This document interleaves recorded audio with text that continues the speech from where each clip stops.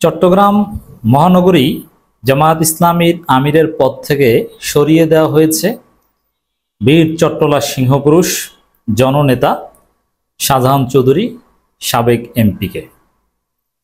দর্শক, শাহজাহান চৌধুরী পদ হারিয়েছেন, তাকে সরিয়ে দেওয়া হয়েছে। কোনো গণমাধ্যম যদি এটা রিপোর্ট করে যে পদ হারালেন শাহজাহান চৌধুরী, জামাত শিবিরের লোকজন ওই গণমাধ্যমকে গালাগালি করে যে এই রিপোর্ট কেন করলেন। শাহজাহান চৌধুরী পদ হারিয়েছে? না, পদ হারাননি। শাহজাহান চৌধুরীকে প্রমোশন দিয়েছে জামাত, তাকে কেন্দ্রে নিয়ে গিয়েছে। এটা ওহীভিত্তিক সিদ্ধান্ত, আল্লাহর পক্ষ থেকে সিদ্ধান্ত এসেছে। সংগঠন মনে করেছে, সরিয়ে নিয়েছে। এটা নিয়ে কোনো কথা বলা জায়েজ নাই। যারা কথা বলে এরা বেশি বোঝে, এরা ফেতনাবাজ। সংগঠনে সঠিক কাজ করেছে। শাহজাহান চৌধুরীর কোনো ভুল নাই, কেন্দ্রীয় সংগঠনের কোনো ভুল নাই, কোনো ঝামেলা গ্রুপিং কিচ্ছু না, সব ঠিক আছে। ভুল হচ্ছে এটা নিয়ে যারা কথা বলবে তাদের। শাহজাহান চৌধুরীকে নাকি অ্যাসিস্ট্যান্ট সেক্রেটারি অলরেডি বানানো হয়েছে এবং তিনি নাকি দেশব্যাপী ঘুরবেন, সফর করবেন। তিনি যেহেতু জননেতা, দেশব্যাপী বক্তৃতা করবেন, নির্বাচনী প্রচারণা চালাবেন। এ কারণে নাকি তাকে সরিয়ে দেওয়া হয়নি, তাকে প্রমোশন দেওয়া হয়েছে। আবার কেউ কেউ বলছে জামাতের রোকন, এরা বলছে, আমাদের কাছে বলছে না, শাহজাহান চৌধুরী কিচ্ছু করা হয়নি। ভাই, এগুলো আপনারা কি বলছেন? সব ঠিকঠাক আছে, এটা সাংগঠনিক প্রক্রিয়া। তিনি যেহেতু যাতে তার নিজ নির্বাচনী এলাকায় সময় দিতে পারেন, যেহেতু তাকে নমিনেশন দেওয়া হয়েছে সাতকানিয়া লোহাগাড়ায়, অতএব সেখানে সময় দেবেন। এই জন্য আমিরের পদ থেকে সরিয়ে অন্য কাউকে ভারপ্রাপ্ত আমির করা হয়েছে। কি সুন্দর ব্যাখ্যা!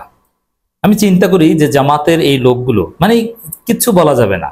জামাত যে সিদ্ধান্ত নিবে, তাদের কেউ যদি টাকাও মারে, আভ্যন্তরীণ গ্রুপিং করে মারামারিও করে, কিচ্ছু বলা যাবে না, সব ঠিক আছে। সমস্যা হচ্ছে যারা বলবে তারা। আমি বললে আমি প্যারালাইসিস। জামাতের জেলা সেক্রেটারি পদত্যাগ করলে তাও বলা যাবে না, একদম ঠিক করেছেন। পদত্যাগ করাটাও আল্লাহর পক্ষ থেকে, পদত্যাগ না করাটাও আল্লাহর পক্ষ থেকে। অতএব যে বলবে সে হচ্ছে প্যারালাইসিস। কিচ্ছু বলা যাবে না, একদম সব ঠিক আছে, স্বাভাবিক, একদম দুধের ধোয়া, পিওর। কিন্তু এই সেম কাজটা যদি জামাতের এক নায়েব আমির কোরআন তেলাওয়াতে ভুল করেছে, আমরা সেটা বললেও আমরা প্যারালাইসিস।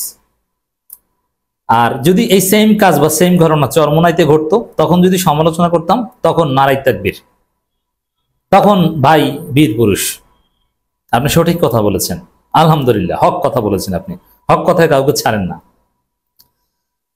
জামাত একটা গ্রুপ অফ কর্মী তৈরি করেছে যারা এই ধরনের কুসংস্কারাচ্ছন্ন নাজায়েজ মেন্টালিটি পোষণ করে। অন্ধ, এতটাই অন্ধ তারা, এই লোকগুলো নিয়ে ক্ষমতায় আসা, দেশ পরিচালনা, নির্বাচনে জেতা তো দূরের কথা, সংগঠনে বেশি দিন চালাতে পারবেন না। এই লোকগুলো সংগঠনকে ধ্বংস করবে। যারা সংগঠনকে মনে করে ফেরেশতা, যে এখানে কোনো ভুল হতে পারে না, এবং ভুলের বিরুদ্ধে যারা বলবে তাকে প্যারালাইসিস বলে গালি দেয়, বুঝবেন যে ওই লোকগুলো, এদের মাধ্যমে ক্রিয়েটিভ কিছু হবে না। এরা একদম অন্ধ। অনেকে বলেন, আমি দুইটা বিষয় বলি, শাহজাহান চৌধুরী পদত্যাগের নেপথ্য কি আমি সে আলোচনা করব, মানে তাকে সরিয়ে দেওয়ার, অপসারণ করা। তিনি তো আর পদত্যাগ করেননি। পদত্যাগ করলে এটা নিয়েও কিছু বললে অনেক গালাগালি করতেন, তাও বলা যাবে না।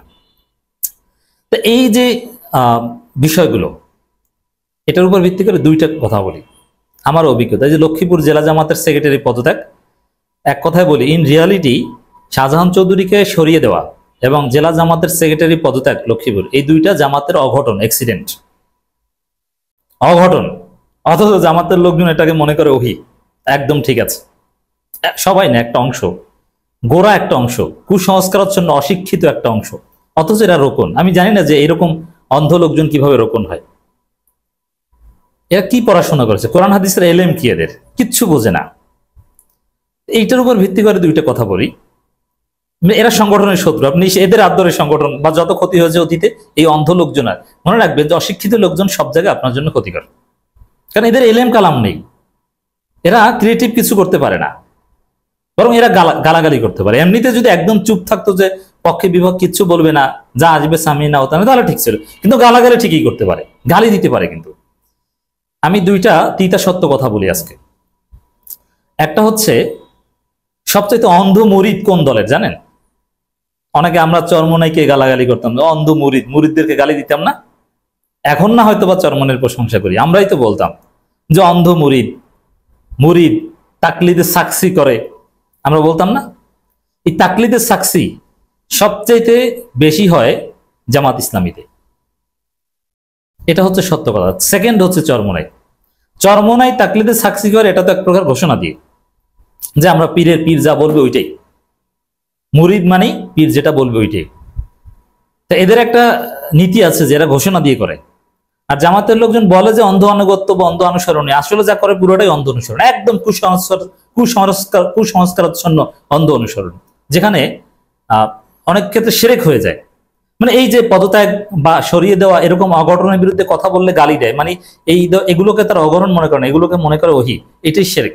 অথচ এটা মারাত্মক ব্লান্ডার, মিস্টেক, বড় ভুল, আভ্যন্তরীণ কোন্দল। তো এগুলো নিয়ে প্রশ্ন করলে যদি গালি দেয়, তাহলে এগুলোকে তারা এতটাই পবিত্র মনে করে যে এগুলো নিয়ে প্রশ্ন তোলা যাবে না। এটা এক ধরনের শিরকের মধ্যে পড়ে। এই পর্যায়ের অন্ধ আনুগত্য, অন্ধ অনুসরণ, অন্ধবিশ্বাস জামাত শিবিরের লোকজনের একটা অংশে আছে। এটা মৌলানা মওদুদীর স্পিরিট পরিপন্থী। রোকনদের হতে হবে শিক্ষিত, তারা এভাবে অন্ধ হতে পারবে না, তাদের ক্রিটিক্যাল হতে হবে, তাদের প্রশ্ন করতে জানতে হবে, ফোরামে কথা বলা শিখতে হবে। অথচ এরা যা বলে ওইটাই ঠিক, আমাদেরকে ভূগোল বোঝায়। এটা একটা তিতা সত্য কথা। আর একটা তিতা সত্য কথা হচ্ছে এই অন্ধ অনুসরণ বা অন্ধ আনুগত্য, এটা বললাম। আর সবচেয়ে বেশি গালি দিতে পারে কোন দলের লোকজন জানেন? আমি দেখেছি সবচেয়ে বেশি গালি দেয় ইসলামপন্থীরাই। আওয়ামী লীগ, বিএনপি আপনাকে হত্যা করবে, পেটাবে, কিন্তু এরা ওইভাবে গালি দেন। এদের গালির মধ্যে একটা লিমিট আছে। মানে সবচেয়ে ক্ষতিকর বা নোংরা গালি দেয় ইসলামপন্থীরা। তাদের মধ্যে আহলে হাদিসের লোকজন আমার কাছে সবচাইতে উপরে মনে হয়, যে তারা গালিতে ফার্স্ট। সেকেন্ড আর চরমোনাই, জামাত, এরা গালিতে সমান। এখন জামাতকে যারা মনে করেন যে জামাত শিবিরা গালি দেয় না, না, এদের রোকনরা সুন্দর গালি দিতে পারে। মানে এদের সিদ্ধান্ত ওহি, আপনি যদি ওহি মনে না করেন তাহলে আপনাকে গালি দিবে। আমাকে তো একটা ভালো গালি আছে যে প্যারালাইসিস বলতে পারে, কিন্তু অন্যদেরকে নাজায়েজ গালি দিতে পারে। ঠিক আছে, প্যারালাইসিস গালির মধ্যে আমি নাজায়েজ কিছু দেখি না, লফজগত, কিন্তু এগুলো দেয়। এই দুইটা তিতা সত্য কথা বললাম, যে অন্ধ অনুসরণে ফার্স্ট, গালিতে সেকেন্ড। এরপর আসেন শাহজাহান চৌধুরী। এই সাতকানির প্রার্থী হয়ে পদ হারালেন শাহজাহান চৌধুরী। তো শাহজাহান চৌধুরীর ক্ষেত্রে কি হয়েছে? আসল কথা হচ্ছে শাহজাহান চৌধুরীকে শাস্তি দেওয়া হয়েছে, তবে একটা ব্যালেন্স করা হয়েছে। যে সাতকানিয়া লোহাগাড়া প্রার্থীতা নিয়ে অনেক ঝামেলা ছিল। এর আগে শামসুল ইসলামকে প্রার্থী করা হয়েছিল, তখন আমরা আপত্তি করেছিলাম, আমাদেরকে ভূগোল বুঝিয়েছে, না রোকনদের ভোটেই তো শামসুল ইসলাম খান হয়েছে। তো এখন যে শামসুল ইসলাম বাদ পরে যে এখন যে শাহজাহান চৌধুরী হয়েছে, এখনো রোকনদের ভোটে হয়েছে। মানে রোকনদের ভোটের নামে আমাদেরকে ভূগোল বুঝান ভাই, এগুলো আমরা বুঝি না যে রোকনদের ভোটটা কিভাবে মেকানিজম করেন। রাজনীতি করবেন, এতটুকু সমালোচনা সহ্য করবেন না, ক্ষমতার স্বপ্নও দেখা লাগবে না। এই অন্ধ লোকদের নিয়ে ক্ষমতার স্বপ্নও দেখা লাগবে না। এই অন্ধ লোকদেরকে ক্রিটিক্যাল করেন, শিক্ষিত করেন, অশিক্ষিত লোকজনকে শিক্ষিত করেন, ক্ষমতা আসতে পারবেন। এদেরকে নিয়ে ক্ষমতা আসতে পারবেন না, এতটুকু প্রশ্ন সহ্য করতে পারবেন না, উত্তর দিতে পারবেন না। আপনি ক্ষমতায় এসে বাংলাদেশের মতো একটা কমপ্লেক্স ডেমোক্রেটিক কান্ট্রিতে আপনি রাষ্ট্র চালাবেন, অসম্ভব। এই অশিক্ষিত রোগনগুলো আপনাকে ডুবাবে, আপনাকে 3 মাসের মধ্যে ক্ষমতা থেকে নামিয়ে ছাড়বে। কারণ জনগণের সমালোচনা সহ্য করতে পারবে না, ক্রিটিক্যালি বিষয়টা দেখতে পারবে না। এখন শাহজাহান চৌধুরী তো সাতকানিয়া লোহাগাড়ার এমপি প্রার্থী, আর তাকে আমির পদ থেকে সরানো হয়েছে। এটা শাস্তি, জেনে রাখেন, আমি জেনে শুনে বলছি, এটা শাস্তি। ঠিকই একইভাবে লক্ষ্মীপুর জেলা আমিরের জেলা সেক্রেটারি পদত্যাগ, ওটা ওটা ওটা কোনো পদত্যাগ না, তাকে পদত্যাগ করতে বাধ্য করা হয়েছে, সরানো হয়েছে। এটা সাংগঠনিক শাস্তি। এখন সাংগঠনিক শাস্তি উচিত অনুচিত এটা নিয়ে বিতর্ক আছে, যে সংগঠন ভুল করেছে না শাহজাহান চৌধুরী ভুল করেছে। এখানে একটা ব্যালেন্স করা হয়েছে। এখানে গ্রুপিং এর কারণে শাস্তিটা কেন দেওয়া হয়েছে শাহজাহান চৌধুরীকে? গ্রুপিং এর কারণে।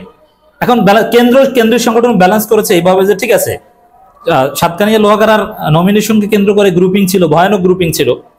তো তার একটা সমাধান হলো যে ঠিক আছে, এখানে শাহজাহান চৌধুরীকে জিতিয়ে দেওয়া হলো, যে আপনি সাতকানিয়া লোহাগাড়ার নমিনেশন পাওয়া মোটামুটি নিশ্চিত এমপি। এটা শাহজাহান চৌধুরীকে দেওয়া হলো, এটা একটা বিষয়, ব্যালেন্স।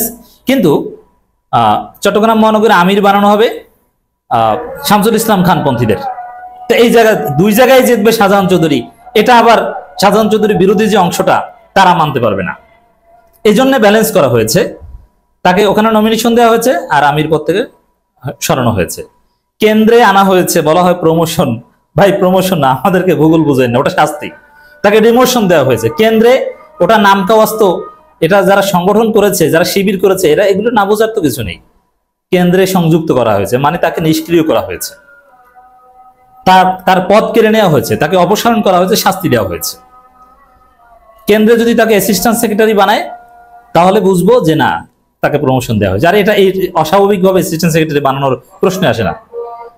তাকে যদি স্বাভাবিক সরানো হতো তাহলে তার ভারপ্রাপ্ত আমির দিয়ে আসতো না, তাহলে জুন জুলাইতে অথবা জানুয়ারিতে ডিসেম্বরে স্বাভাবিকভাবে সরানো হবে, স্বাভাবিকভাবে নতুন একজন। সেখানে তো ভারপ্রাপ্ত দেওয়া বা এই সেশনের মাঝখানে কাউকে সরানো, পদত্যাগ, এগুলো অ্যাক্সিডেন্ট।